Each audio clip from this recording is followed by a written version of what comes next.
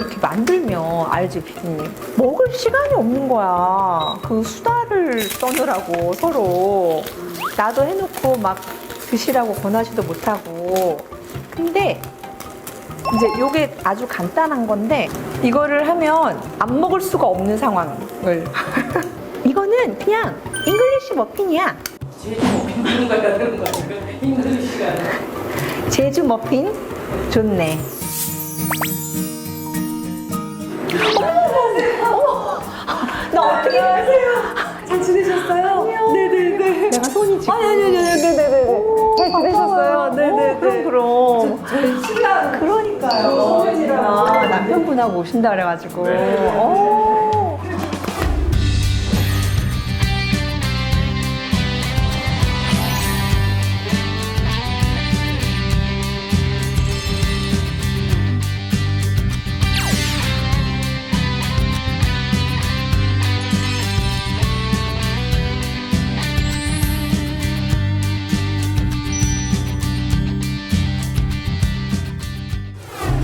인사드리러 왔다가 이렇게 아니야, 식사를 아니야. 막 얻어먹어도. 아니야, 앉으세요. 따뜻할 때 먹어야 맛있어. 잘 먹겠습니다. 두 분에서 여행 오신 거예요? 아, 네네. 볼 일 있어가지고 들렸다가 감독님 전화했는데 마침 제주도라 그러셔가지고 네, 인사드리러 가려고 그랬는데 선배님이랑 같이 계시다는 거예요. 그래서 선배님 뵙고 싶다고? 감사합니다. 진짜 맛있어요, 그러면은. 아유, 와주셔서 감사합니다. 초대해주셔서 감사합니다. 아, 감사합니다. 갑자기 여기서 가도 돼요? 이렇게 여쭤봐가지고. 너무 반가웠다니까? 지금 하는 작품이 뭐예요? 셜록 홈즈라고요. 셜록 홈즈, 그 유명한 셜록 홈즈? 과연 그녀는 어떤 마술을 부렸길래 앤더슨과의 장자 아담을 차지할 수 있었을까? 내일 타임즈에 실린 머리 기사야. 아직도 부족한 게 있어? 셜록 홈즈. 두산 아트센터에서 두산 아트센터에서. 여러분들이 찾아와. 와, 우리 제가 성윤 나오고요. 씨. 네. 소희 씨는 지금 작품 활동 없어요. 육아. 없어요. 육아가 저의 대표작이에요. 너무 멋있는데 슬픈 말이야. 의미가 아니야. 아직도 진행형이지. 아직도 진행형. 내가 왜 여기에 지금 이러고 살고 있겠어. 그렇죠. 우리가 네. 개인적으로 친분을 쌓을 수 있는 그런 기회는 없었거든요. 근데 주변에서 소희 씨 얘기를 많이 들을 수 있었어요. 너무 성격 좋고, 너무 밝고, 갑자기 남편분 얼굴이 왜 이러지? 맞아요. 주변을 항상 이렇게 네. 이렇게 다독이고 챙기고 네, 네, 네. 그런 친구라고. 네. 다 칭찬만 하더라고, 정말. 맞아요. 좋은 얘기를 많이 들으셨나요? 여기서 뭔가 이렇게 하고 싶은 얘기 네, 해보세요. 이제 하고 슬슬, 싶은 얘기 네. 해보세요. 네. 슬슬 이제 발동을 걸어봐요. 근데 방송이나 이렇게 같이 나오신 적이 있었어요? 아, 없었어요. 저희가 결혼식도 이제 뭐 방송을 해서 한 건 없으니까. 야, 그러면 저희 프로의 두 분이 최초. 최초 이제 마지막. 진짜? 네. 이게 어색해요. 너무 어색하고 뭔가 같이 하는 거에 있어서는 조금 이제 결이 다를 수가 있기 때문에 제가 늘 무서워하고 무서워하고. 네, 주변에서 들리는 얘기가 누가 다르게. 집에서 아유, 이쪽이 99%를 갖고 있구나. 아니요. 선생님. 아유. 소희 씨가 생각했을 때는 네. 어떤 점에서? 선배님도 그러세요? 경제권을 갖고 있는 사람이 우위에 있대요. 우리 집은 각자 쓰세요? 그거 제가 그걸 관리하거든요. 근데 제가 우위가 아닌 건 이제 자기가 기분이 나쁘면 참아야 된다고 생각을 하나 봐요. 이게 자기까지 표현을 하면 이게 이제 크게 불로 번진다. 이래서 현명하신 거지. 자기가 참는데 이 표정으로 다 나와요. 참으면 표정도 참아야 표정으로 돼. 다 나오고 이건 다 드러내면서. 입은 다물어요. 맞아. 그럼 그 다음부터는 내가 이렇게 눈치를 보고 다니더라고요. 그리고 결국에는 제가 또 밥을 이러면서 말을 하고 있더라고요. 아까부터 소희 씨가 무슨 얘기만 하면 어디까지 말하나 보자. 기다려. 자, 이제 반론할 시간 드릴게요. 저는 이게 말수도 별로 없고 집에 가면 그러니까 다정한 남편이 아닌 것 같아요. 그리고 성격도 불같은 게 좀 있어서 근데 그런 것들을 다 이렇게 어느 날 이제 품어주니까 저를. 그러니까 그거를 아시는 거잖아요, 그죠? 네, 알 수밖에 없습니다.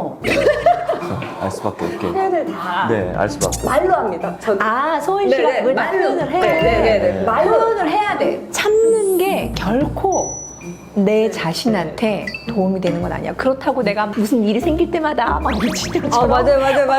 이러는 것도 안 되지만, 아닌데. 아니지만. 근데 그래도 생각보다 말을 안 하면 모르더라고요. 맞아. 나 오늘 무슨 부부 상담 무슨 상담처럼. 와가지고 부부 상담처럼. 약간 싸움 붙이고 아니. 잘하겠습니다. 이렇게 반성문 하나 써놓고 가야 될 것 같아요. 제가 더 잘하겠습니다. 땅콩 이렇게 해서 먹어봤어요? 젖어 있어요.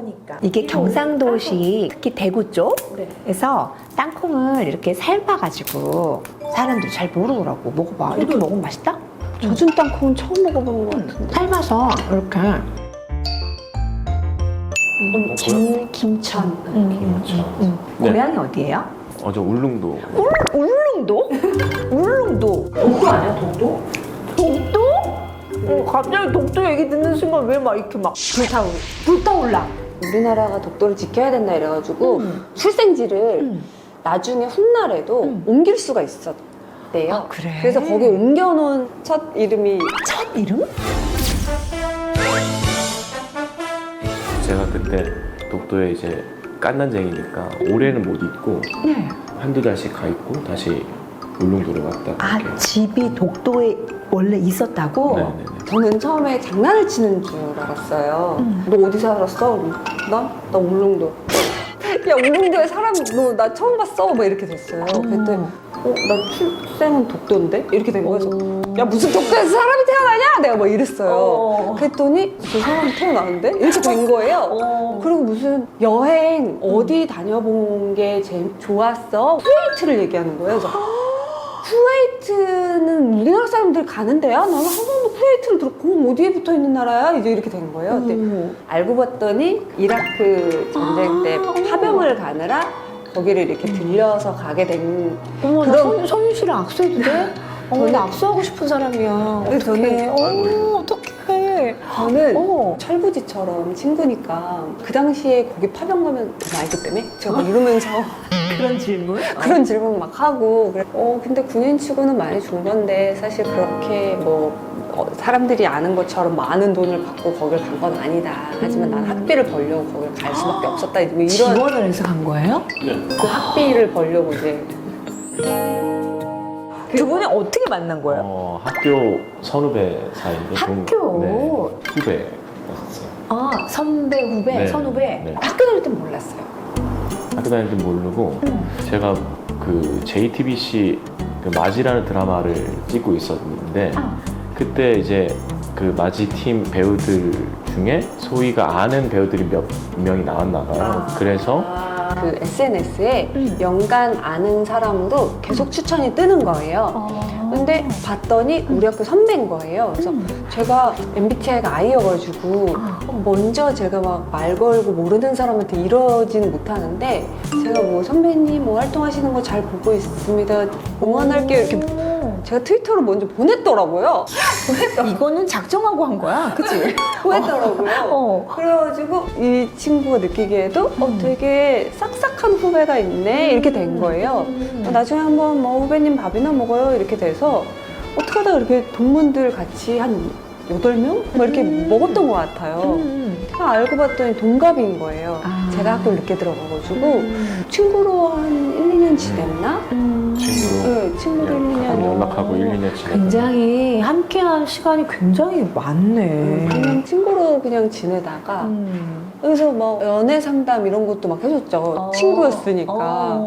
네, 그러다가 이제 나중에 이제 신랑이 먼저 얘기를 해가지고 어느 날 딱, 이 여자는 사귀어야겠다. 사귀어야겠다. 네, 왜냐면 저한테 너는 현명한 여자를 만나야 해. 그래서 현명한 여자? 만나면 좋지. 너는 현명하니? 나는 현명하지. 이야, 그러니까 너는 나를 사귀어야 돼 이거였어? 아니요. 그건 아니었어? 네네. 제가 그걸 오해를 한 거죠. 저는 몰라가지고 제 베프가 그때 남자친구가 없어가지고 제가 소개시켜 주려고 하고 있었거든요. 둘 다 싫다 그러더라고요. 그래서 그래 뭐 지금 어쩔 수 없지 이러다가 알고 봤더니 저는 이제 몰랐어요. 그런 멘트를 했는지도 몰랐어요 저는. 그래가지고 너 이제 친구로 오래 지내다가 지내다가 교제를 하자 이래가지고 교제 딱 했는데 첫날 우리가 서로 하지 말아야 될 거를 얘기를 해보자. 그래서 저는 난 거짓말. 난 거짓말하면 난 그 사람이랑은 못 만나. 거짓말을 왜 거짓말하면 그래서 안 되지. 제가 자기는 뭐가 있는데 이랬더니 갑자기 신랑은 난 자유 이러는 거예요. 제 입장에서는 자유의 범위가 어디까지의 자유를 교제하는 사이에서 허용을 해줘야 나는 되게 쿨한 여자처럼 보이는 거지? 그러면서 이제 교제를 처음 시작하기 전에 제가 사실을 얘기했어요.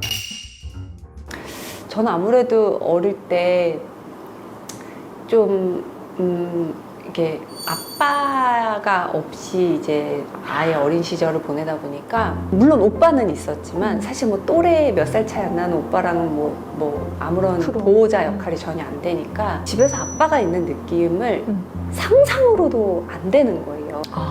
그렇게 자랐던 친구가 어릴 때 교제를 해보려고 하니까 남자친구들을 만나서 교제를 해보려고 하는데 잘 안 되더라고요. 엄마한테 어릴 때 아빠의 상을 듣고 자란 이런 것들이 어린 시절에 그게 굉장히 충격적이고 실제 본 게 아니라 이야기를 통해서 들었으니까 어떤 상상의 나래를 펴서 남자는 다 그럴 거야.